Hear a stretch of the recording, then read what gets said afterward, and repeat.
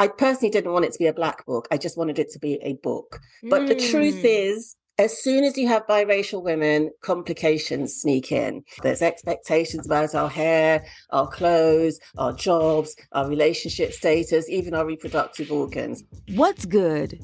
I'm Nikki Elise Williams, and this is Black and Published, bringing you the journeys of writers, poets, playwrights, and storytellers of all kinds. Today's guest is Nikki May, author of the novel Wahala, a story centered on the lives of British Nigerian women Nikki says should not be confused with her own. They were also compounding the characters with myself. So Boo is prejudiced, but some people sort of saying, well, for her to write a character like Boo, she must be really prejudiced.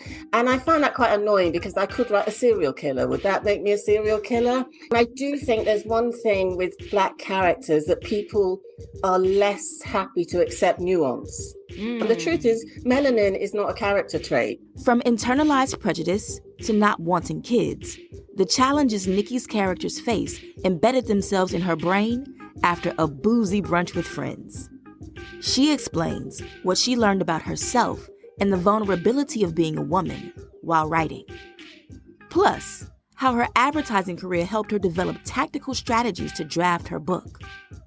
And the overnight success she experienced with Wahala, her first foray into fiction, from winning contests to a 9-way publishing auction.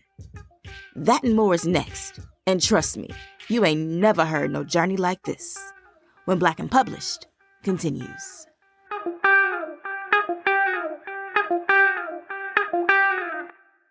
All right, so let's just jump right in. Okay. Nikki, when did you know that you were a writer? Well, I don't think you ever know. I'm not even sure I'm a writer now, but I've always written. I wrote dodgy poetry as a kid. I wrote for work. I worked in advertising, so I wrote copy for clients, things about British Telecom or about mindfulness. But this is the first piece of fiction I've written. And like most writers, I'm crippled with self-doubt. So most of the time I think I'm a rubbish writer. So you had never tried to do anything with fiction before Wahala? No, this is my first attempt at fiction. I thought about it. I wanted to do it, but this was the first time I put hand to keyboard and wrote fiction. All right, well, then take us through the story. Start at the beginning. When did the idea come? When did you start trying to write this tale of these women? Well, I think the idea was brewing.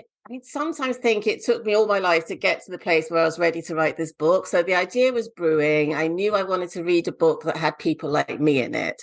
A lot of Black literature is centered on trauma and trouble and strife and stress. And whilst those stories are hugely important, and I've read them and I keep reading them, I wanted to write something that was contemporary, that was modern, that had Black women who are striving to do the best they can and just living the best lives they can. Something that was just sort of a book rather than a Black book, a book that happened to have brown women in it rather than a book that was purely about that.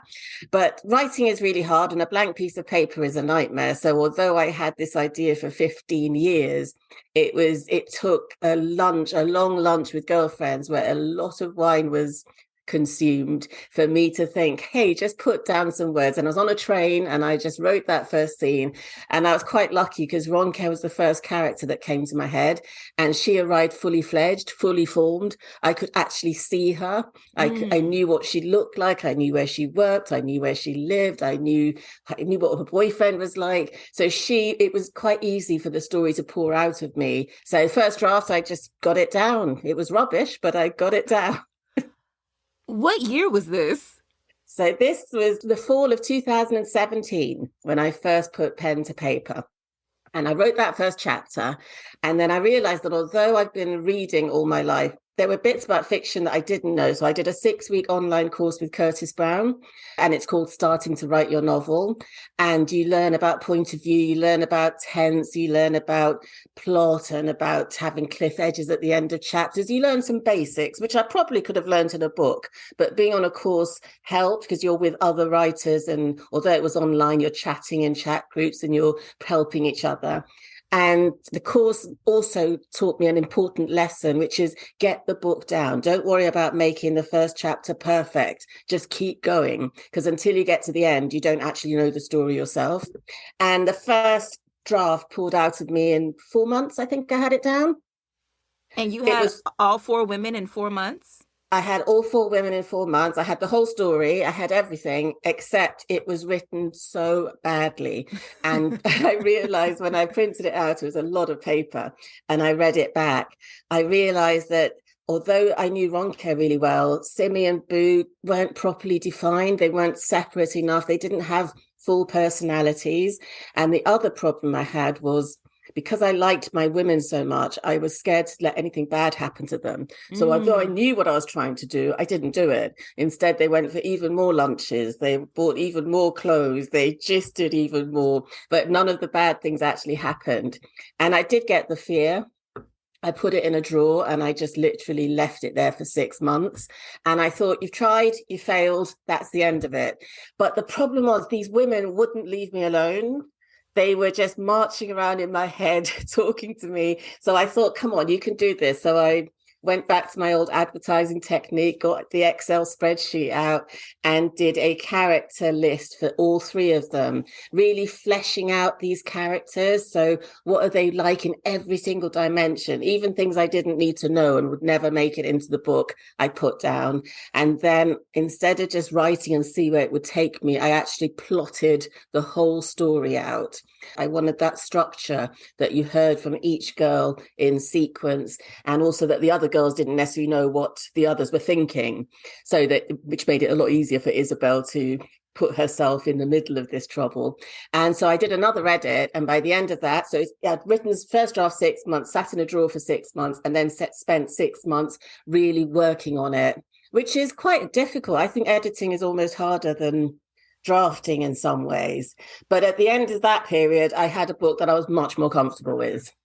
And so this is what, 2019 now? Yeah, we're at the end of 2019. Oh my goodness. So the story was percolating for 15 years before you even started it. One great brunch, boozy brunch with girlfriends got you to Ronke. And then I love, like, you are like a tactician when it comes to like pulling the story apart and then putting it back together to get to that draft. So then what was next?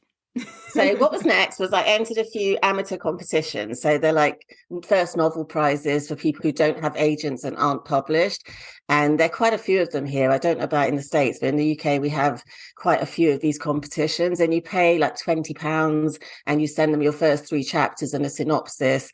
And I thought, well, you've got nothing to lose. Let's enter these. And I didn't expect much. My expectations were really low. I entered 5 of them and I got longlisted for one. I thought, woo. So I worked on the first 3 chapters a bit more, polished them up, entered a few more. Then I got longlisted for another, shortlisted 2, and then I won an amateur literary prize. And the judge was an agent. And she said, I want to see the whole book. And I knew this was my chance. I knew that, you know, because I've been talking to other authors, and I know that getting an agent is, you know, finishing a book is great. Getting an agent is really hard. There's so many steps in this ladder, and there's so many places you can fall off. So I thought this is a huge opportunity to get this thing out. I was still playing with my last 3 chapters. I hadn't finished, because for these comps, you only do the first 3. But I thought, hey, you have nothing to lose. Send it off to this agent that wants it and to 6 other agents. And really worked hard. I spent a week where I just literally did nothing but read and edit, read and edit. And it was miraculous. By the end of, after I sent it out, within a week, I had offers from 5 agents saying they wanted to represent me. And I was just falling off my chair going, oh my God, this can't be true. And this was just before lockdown. Yeah. So this was the end of January 2020.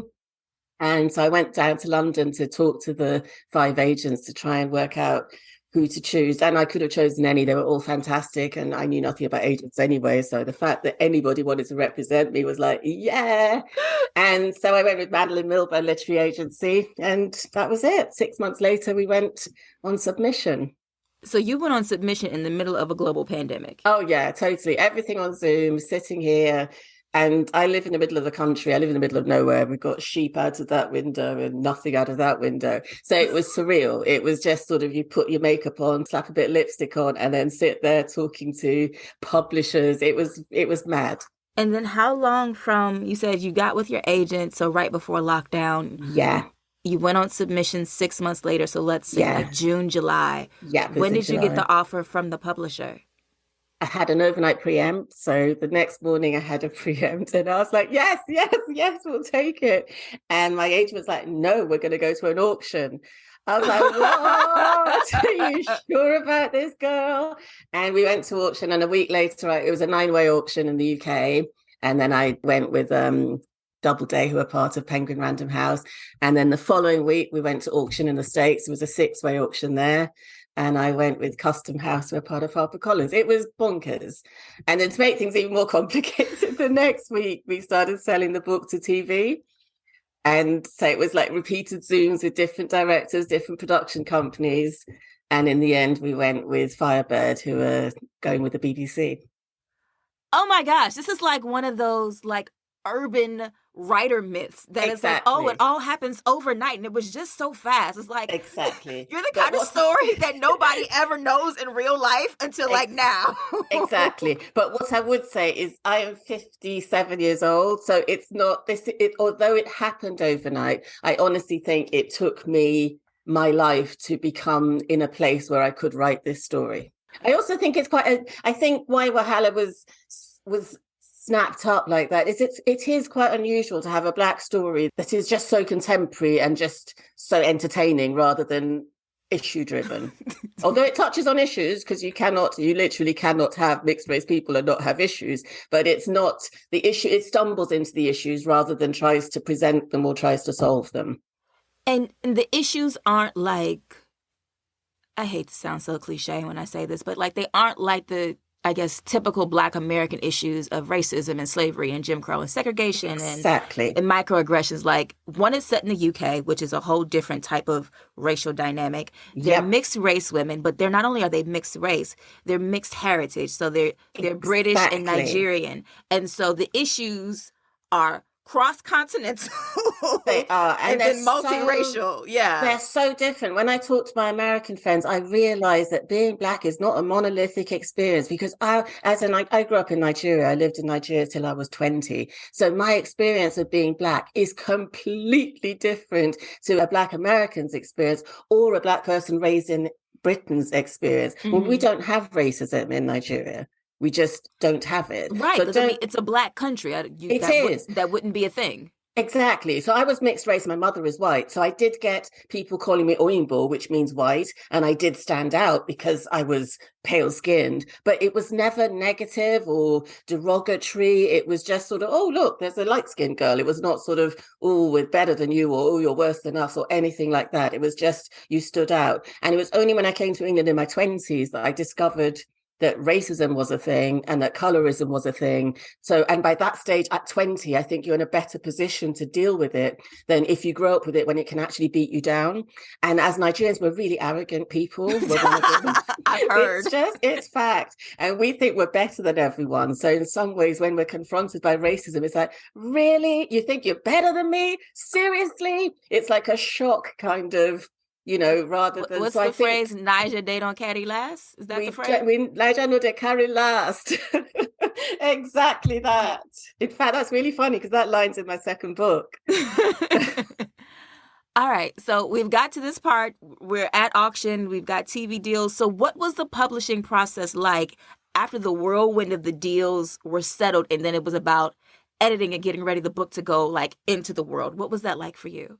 Well, that's when real life kicks in, because in the auction process, everybody's like, oh, we love you, and oh, you're wonderful, and oh, your book's great. And, you come out, your head's getting bigger and bigger and bigger, and you think you've written, basically, you're basically a cross between Salman Rushdie and Chimamanda Ngozi Adichie. You've got the world at your feet.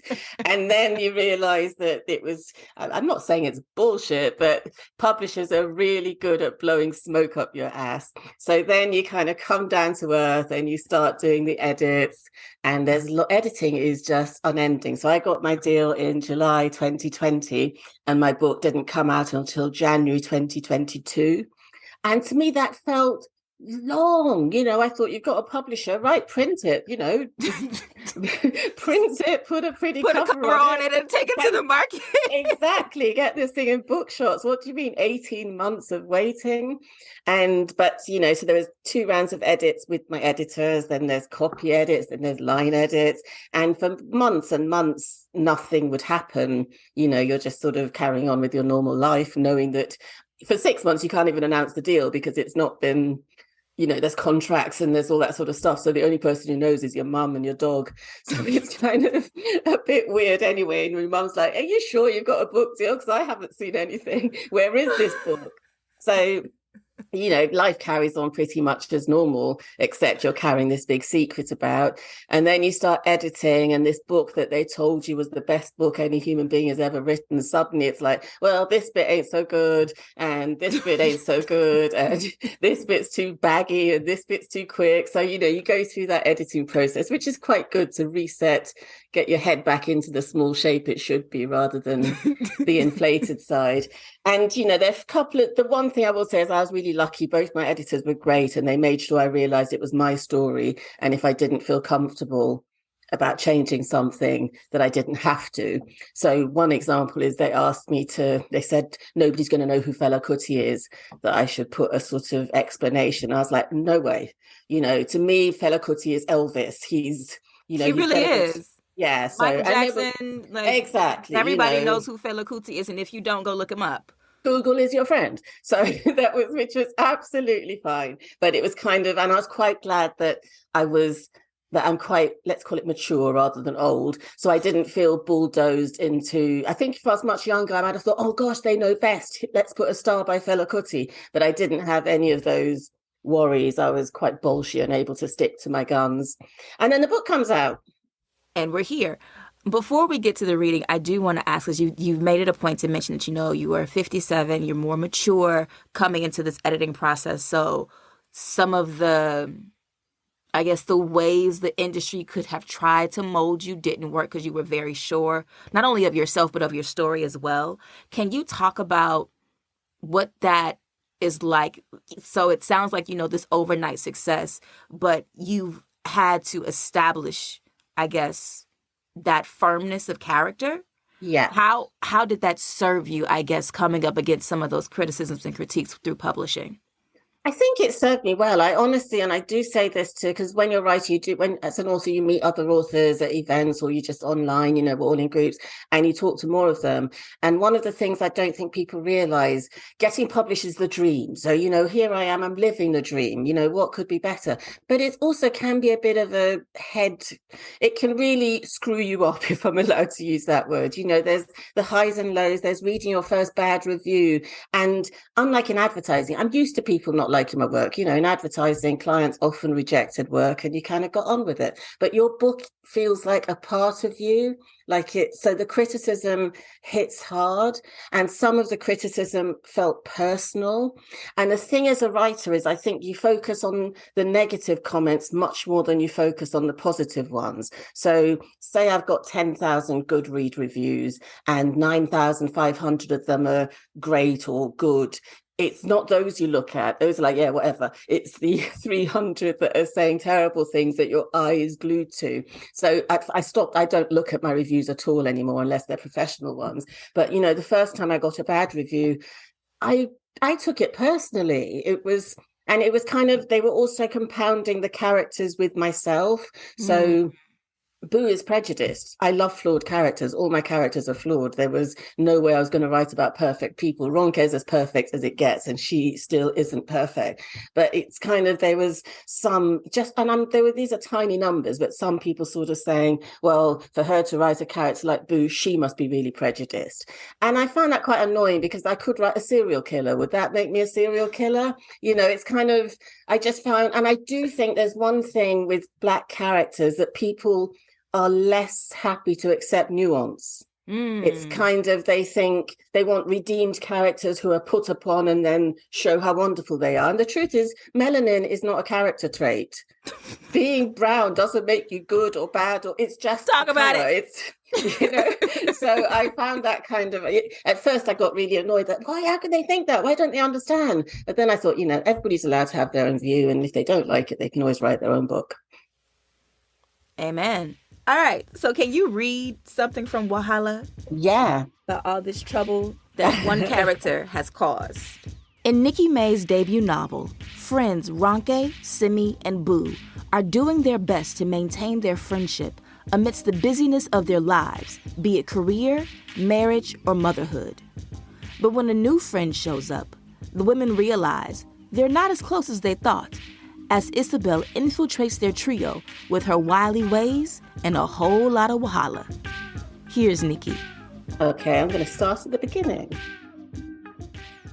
So, this is the beginning of the book. I'm skipping the prologue, but this is Ronke. This is where it started. And this is the scene I wrote after that long, boozy lunch with my Niger girls. Pounded yam in egusi, eba with okra. No, it had to be pounded yam, but maybe with eforiru. Ronke ran through the menu in her head as she walked up the hill to Booker. She knew it by heart, but that didn't make choosing any easier. As usual, she wanted it all. And as usual, she was running late. She stopped at the cash point anyway and withdrew £100. The girls teased her, told her it was an urban myth.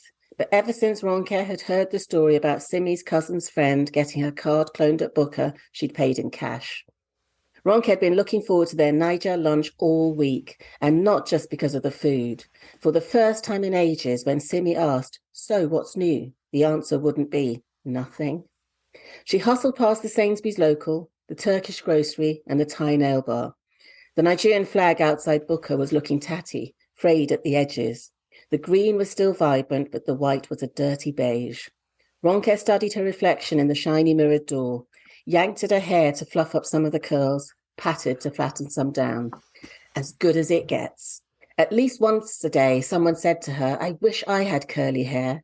But Ronke knew better. Curls meant frizz, knots, and chaos. She opened the door and stepped out of suburban London and into downtown Lagos. The smell hit her first, smoky burnt palm oil, fried peppers, and musty stockfish. Next came the noise. Fela Kuti blared out of the speakers, struggling to compete with the group of three men at a corner table, talking over each other.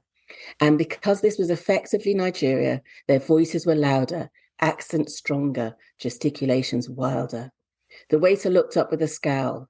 As Ronke turned to shut the door, she knew his eyes would linger on her arse. It felt like home. Thank you.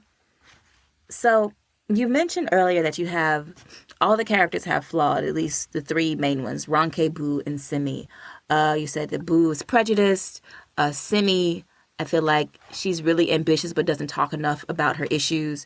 And then Ronke just wants a life that she doesn't have, the marriage, the babies, and all of the good things. Why did you want to focus on these contemporary issues that some people may think are frivolous, but very matter much to women, especially in their group of girlfriends, about, going on through their life as the flaws that could be exploited by your villain?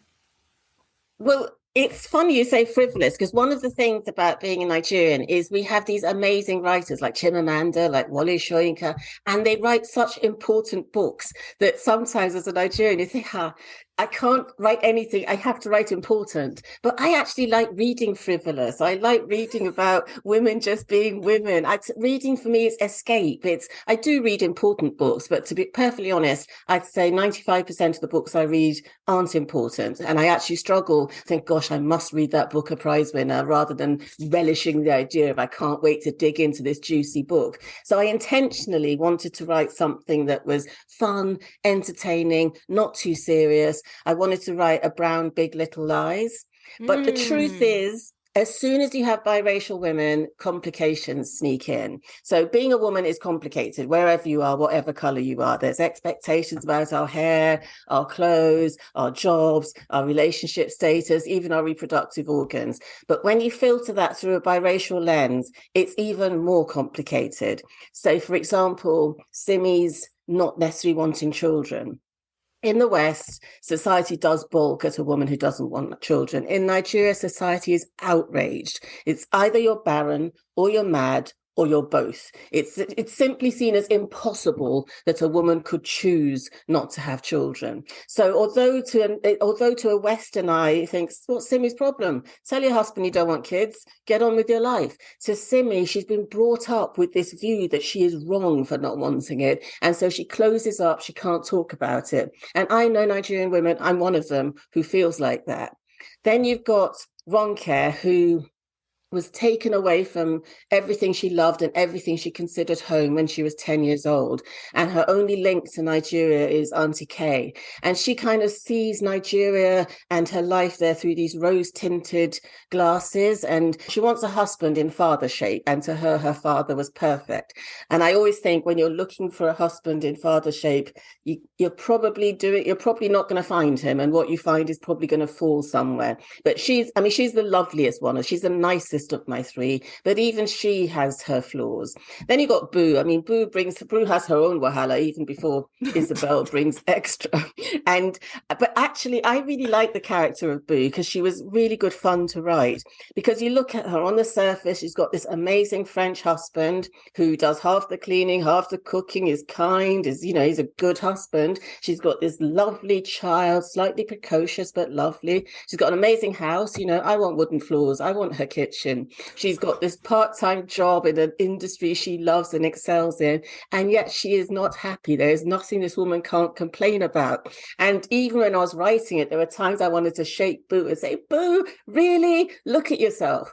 But if you look back at Boo's upbringing and her background, she's never met her father, but he's influenced all her opinions about Black men and Nigerian men in particular. And he treated her mother very shabbily. He abandoned a pregnant woman with nothing. She then had to go with her tail between her legs to her family in Yorkshire. So Boo was brought up in a white county, in a white village with a white family, going to a school where she's the only brown face. She feels disconnected. She doesn't know where she belongs. She's tried to flatten herself out and try to conform to belong. And everything she's heard about Nigeria and Nigerian men is negative.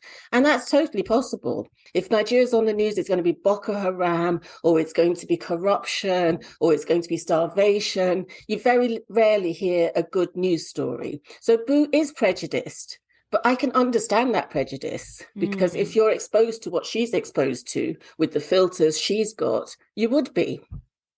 So I thought it was quite interesting to have these things simmering in the background, but I wanted readers to see it and take out what they wanted from it, but still have a story that was entertaining at the top of it. So if it made people think and question themselves more, that was great. But my main job was to entertain, not to educate.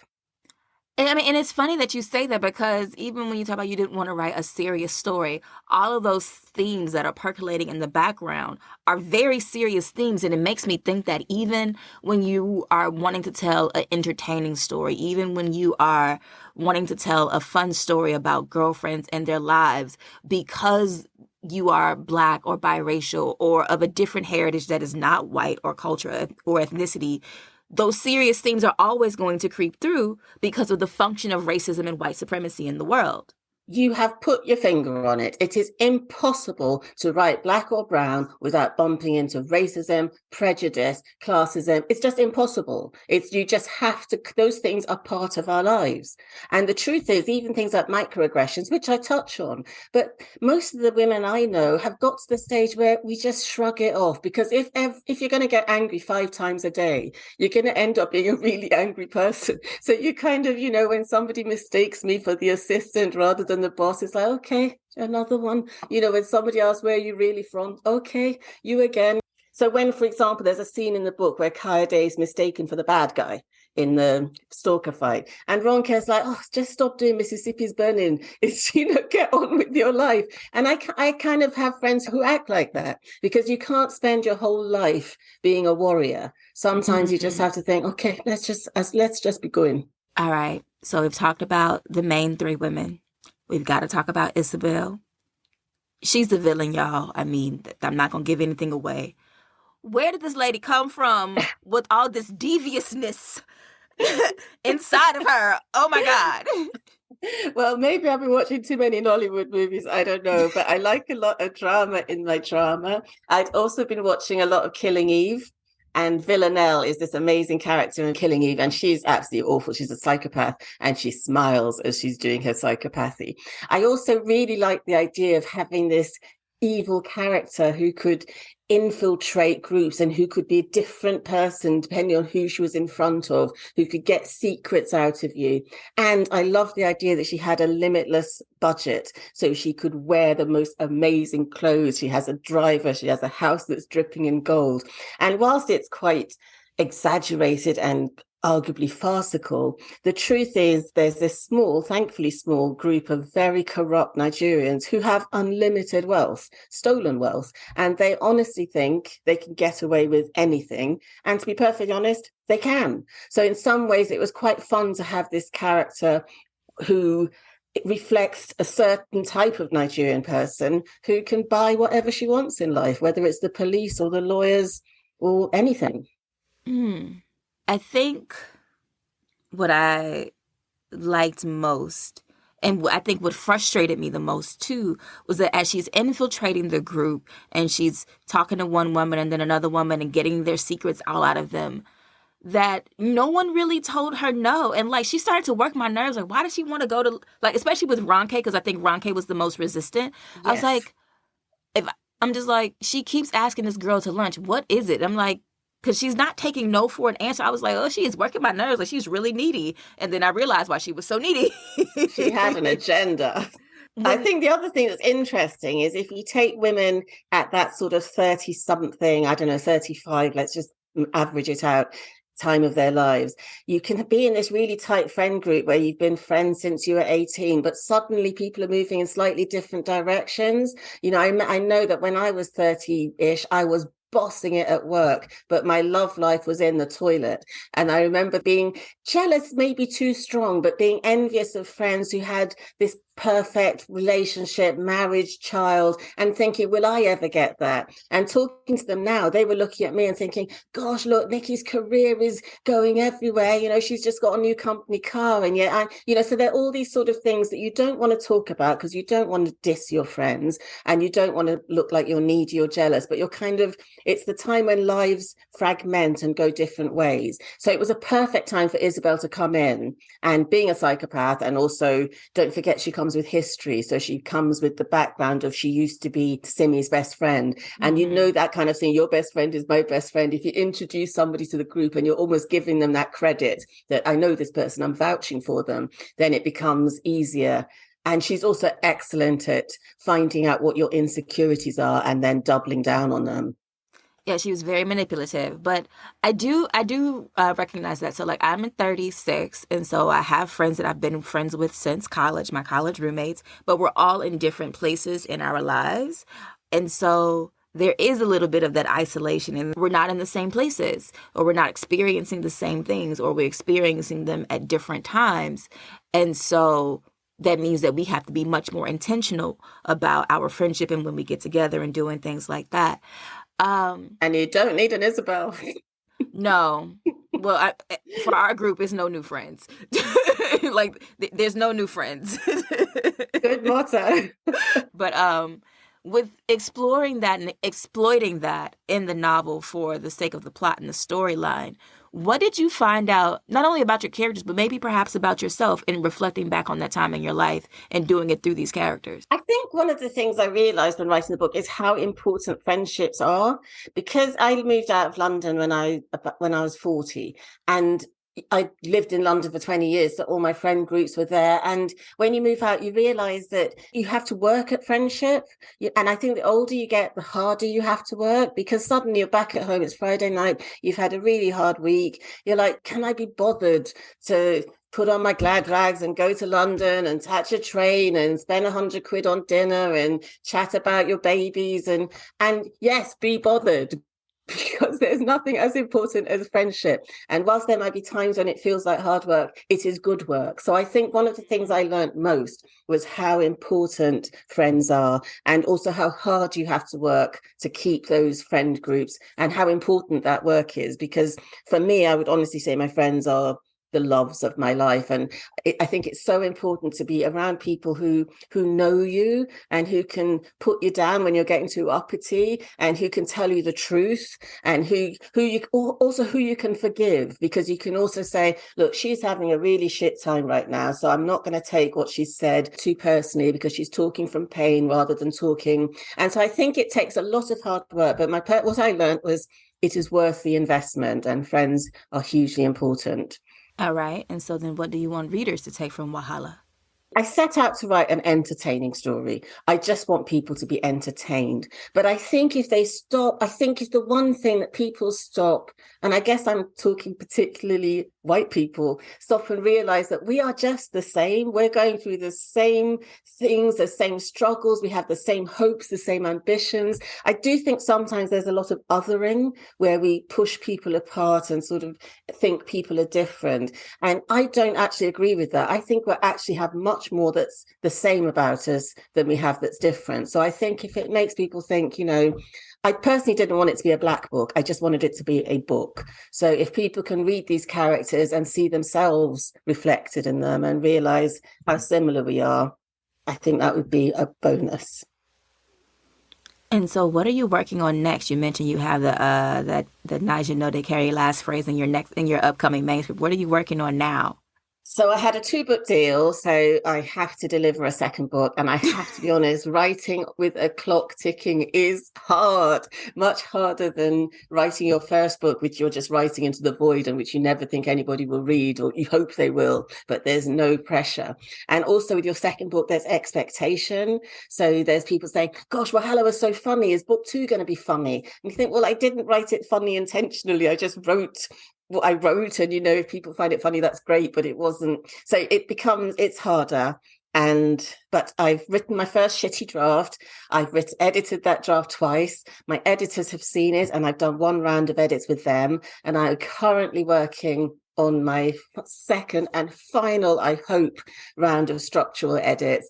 And I'm at that stage when I hate it. I think it's crap, but I know it's just part of the process, and I just have to dig deep. And I think I've got about 6 more weeks of editing before I send it back, and hopefully it will be there.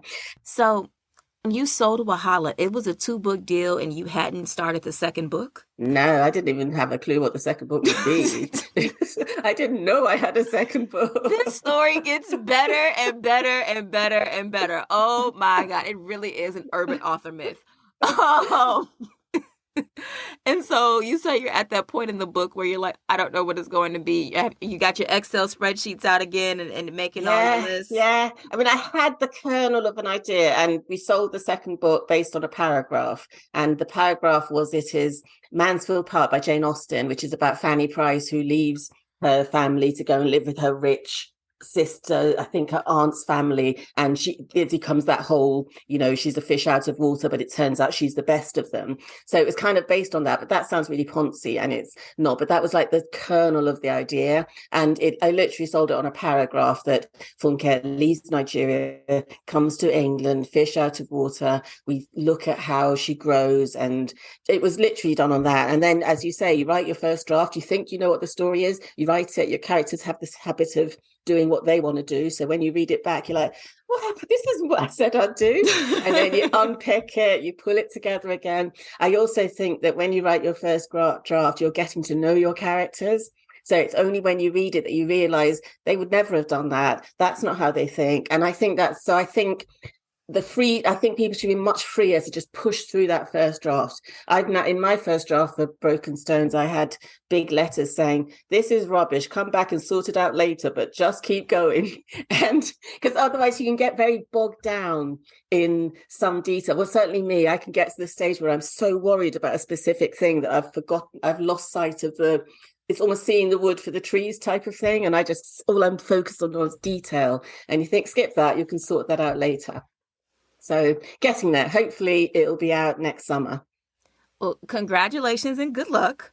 Thank you. So are you writing full time now? No more advertising career? All done? Yeah, well, to be honest, I'd stopped before I got the deal. About 3 months before they got the deal, we closed down our agency. So it's not because of the book deal, but yes, I can't call myself a full-time writer because the truth is I struggle to write for more than 4 hours a day. But writing is my day job.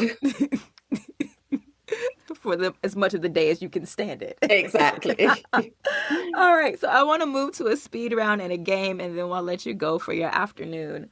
Okay. What is your favorite book? Oh, that's so difficult. I think it might be Half a Yellow Sun by Chimamanda Ngozi Adichie. It's a perfect book, and it's about my home, so it's got that added appeal.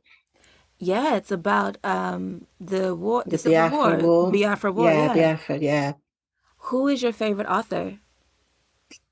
Another tough one. I think I might say Agatha Christie, which is a strange choice, but I grew up on Agatha Christie, and to me it's nostalgia. And I also think she's very good at teaching people how to write. I honestly think I learned how to write by reading too many Agatha Christie books as a child. It makes sense. The mystery in the thriller, it makes sense. I get She's it. queen of plot. What is your favorite TV show? Oh, Big Little Lies. I've probably watched 5 times, so I love that. I used to have a big thing for Orange is the New Black. And what do you think is the best book to movie adaptation? Oh, that is hard. I think it's going to be The Night Manager by Jean Le Carre. Mm. And so, since your book is getting the adaptation treatment, without spoiling who's going to play your characters, who would you want to, or do you already know? I don't know. I don't have a say. So I have no say in the matter at all. But when I was writing it, I did have pictures of 3 women on my wall who in my head were the characters. It wouldn't work because they're at totally different ages. They just, when I looked, that's who I saw. So I had Thandie Newton as Simi. I had Jessica Innes. She's a decathlete, amazing decathlete. I don't think she can act, but that didn't matter to me. She was Boo. And an English actress called Angela Griffith as Ronke. But one thing I do want, and I'm manifesting now, I want Stormzy to play Coyote. If money were no object, where would you go? What would you do? And where would you live? Oh gosh, if money was no object, if money's an object, I'd go back to Lagos right now and spend 2 weeks in Lagos with post-election fever. I went in July for my book tour and I just had the best time. Nigerians know how to party. They know how to play and they love success. And there's a real it was such a positive, buzzy thing. So right now I'd love to be in Lagos. But I have to be honest and say, I really like where I live. It's really quiet. I love my neighbors. I've lived here the longest I've lived anywhere in my life. I've been a nomad and I've lived here for 18 years. And I think I'll just stay. Okay. Name 3 things on your bucket list. Bucket list. Okay, I want to finish editing book 2. That's number 1 on my bucket list. I want to go to the Caribbean. I've never been to the Caribbean and I feel that is wrong. And my biggest stumbling block is I don't know where to go because all these islands look so amazing. So one minute I'm thinking I want to go to Trini. The next minute I'm thinking, oh no, it has to be St. Lucia. So I'm so busy not knowing which one to go that I haven't been to any of them. And 3rd on my bucket list, if book 2 was sold to TV, that would just be amazing. To have 2 books that were going to film or TV would just be like, I'd retire happy. Well, I hope that comes true for you. I really Thank do. you. What brings you joy? Joy, walking the dogs is possibly the happiest I am in the day. I lived a very high pressured life. When I was in London, I was waking up at 5:30 to drive to work. I ran my own business. I felt really stressed about everything. And when we moved here, I've realized that actually the slowest things in life are sometimes the happiest. So every morning I walk my dogs for 90 minutes and it's just really peaceful and your mind can wander. And I can sort out plot holes in the book and I can also plan what to eat that day. Because as you'll tell from the book, I'm obsessed by food. And I loved every minute of it. I was like, ooh, I got to go find me a Nigerian restaurant so I can have some egusi stew. Yeah. And then what brings you peace? Peace. Oh, I think knowing my friends and my family are happy and healthy gives you peace. So you're never completely peaceful because there's always somebody on your worry list. But when you can cross people off your worry list, that's peace. And reading. I love reading. Reading is escapism. So I love that. All right. So our game is called Rewriting the Classics. Name one book you wished that you would have written. Oh, Pride and Prejudice. Jane Austen. I think it's perfection in book form. I want to write it. I'd like to write a modern version. There's so many reinterpretations, but none of them are that good. They're good, just not that good. I love it. Name one book where you want to change the ending, and how would you do it? Probably Wahala. I've had so much stick about my ending. So I would slow it down and I would, the villain would get her comeuppance and people want me to tie that book up with a bow and make everybody happy. So I wouldn't. I don't think things should be tied up with bows. No, leave it as it is. I think when I got to the end of Wahala, I was fine that it wasn't tied in a bow.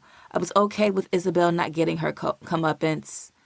I really wanted Coyote to not have the ending that he had. I know. And funnily enough, Coyote is my favorite character. Yeah. He was a good guy. He was such a good guy. And he seemed like he was real fine, too. I was he's gorgeous. He's absolutely stunning. And he loves Ronke. So no, yeah. I'm a wicked woman. It's okay. We'll forgive you. All right. So, my messy question. Name a book that you think is overrated and why? Oh, gosh. What's the name of this book that everybody loves? Crawdads. I just don't get it. Where the crawdads sing? I've tried. I just do not get it. You have this child who's feral but suddenly becomes super intelligent, and I just don't understand the love for the crawdads. Sorry. I do not get it. I've tried Never twice. read it. Do not get it. Don't waste your time. I love you so much. Oh my gosh. Final question of the day. When you are dead and gone and among the ancestors, what would you like someone to write about the words and work that you left behind? Oh, I'd like them to say she wrote an entertaining book that did have deep messages underneath it, because that's what I set out to do. Thank you, Nikki. Thank you so much for having me. I've had a really good time. Big thank you to Nikki May for being here today on Black and Published. Make sure you check out Nikki's debut novel, Wahala, out now in paperback from HarperCollins. And if you're not following Nikki, check her out on the socials. She's at Nikki O. May on Twitter and Nikki May Writer on Instagram. And Nikki is Nikki. That's our show for the week. If you like this episode and want more Black and Published, head to our Instagram page. It's at Black and Published, and that's BLK and Published. There, I've posted a bonus clip from my interview with Nikki about the next book she's working on, which is a Nigerian retelling of Jane Austen's Mansfield Park. Make sure you check it out and let me know what you think in the comments. I'll holler at y'all next week when our guest will be Rhonda McKnight, author of the novel The Thing About Home. I started trying to write, and I remember telling my husband, I think if I had a computer, I would write a book. And then I got the computer, I sat down, I wasn't writing anything. I said, I think if I had a better desk, I probably would write a book.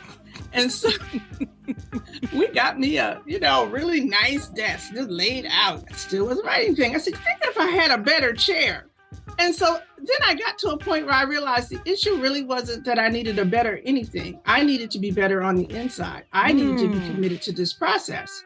That's next week on Black and Published. I'll talk to you then. Peace.